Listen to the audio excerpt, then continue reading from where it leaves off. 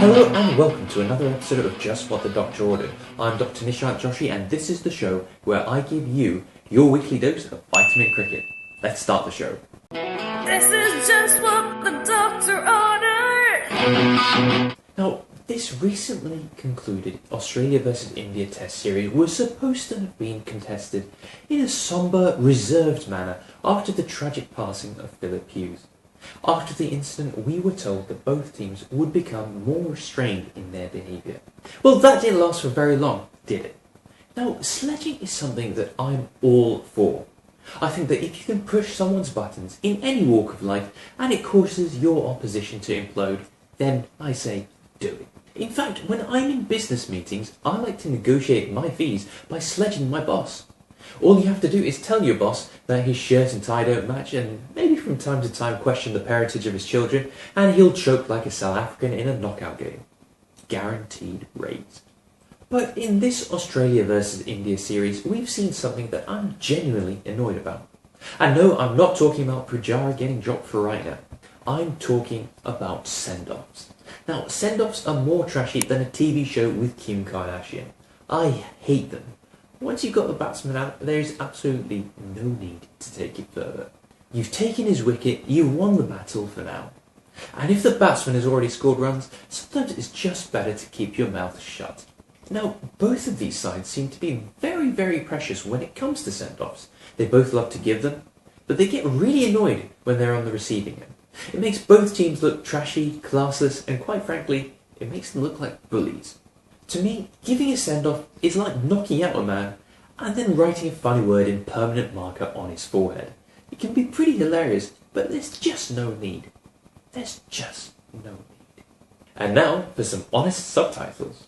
This is just what the doctor ordered. Well, he's done a very good job with all the young players in the team, and because the players that have played in the past, the senior players, won't require so much help as compared to the youngsters. But with the youngsters, he's been really good with the technical part of the game, improving small little things in our games. I have personally certainly enjoyed him being coach, and all the youngsters and all the players that have played under him have also enjoyed him being the coach, because you get a lot of input. I don't think aggression means that I have to go out there and verbally talk to everyone. Aggression can be the way I defend a ball or I play a shot as well. So that's the motive of the team, to play aggressively and to play positive cricket. And I've said this in the past as well. There have been a lot of talks of me going over the top or crossing the line as far as the verbal battles are concerned, but the people writing or saying things about it are not present out there in the middle when that happens. So I know what's being said, and I know the reason why things are being said back. So people would never know what goes on in there. We are not here to back down from any sort of confrontation. As I said, we're doing the usual after the game, packing our bags and stuff, and there he comes and he says he wants to say something, and he just announces it, and we were all taken aback by his decision. And because it was so sudden, we had no clue.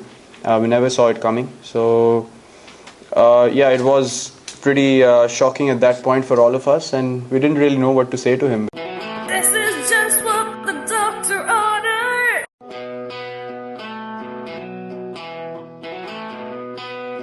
This is just what the doctor ordered. Time for some of your questions now, and thanks very much for tweeting in once again using the hashtag JWTDO.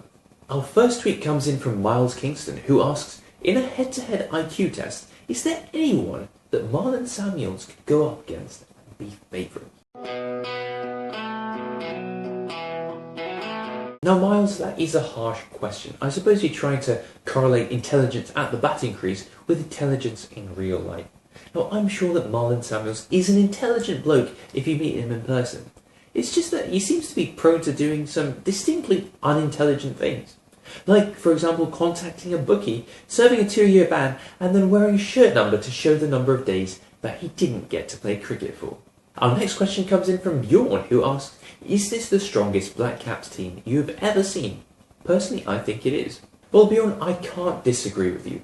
Brendan McCullum and Kane Williamson are both in exceptional form, and I wouldn't be surprised if Williamson ends up as the leading run scorer at the World Cup. But New Zealand's bowling is the aspect of their game that really excites me. They've got a lot of competition for places, and I reckon that they have a trump card in Adam Milne, who has a really mean bouncer and bowls it over 90 miles per hour. And it's for this reason that I'm surprised New Zealand left out Matt Henry, because he's done so well in his ODI career so far, picking up 19 wickets in just 6 games. And also because I think this World Cup will be won by the team who uses the bouncer the most judiciously. And I was really hoping to see Matt Henry and Adam Milne form a fearsome pace duo for New Zealand at the World Cup.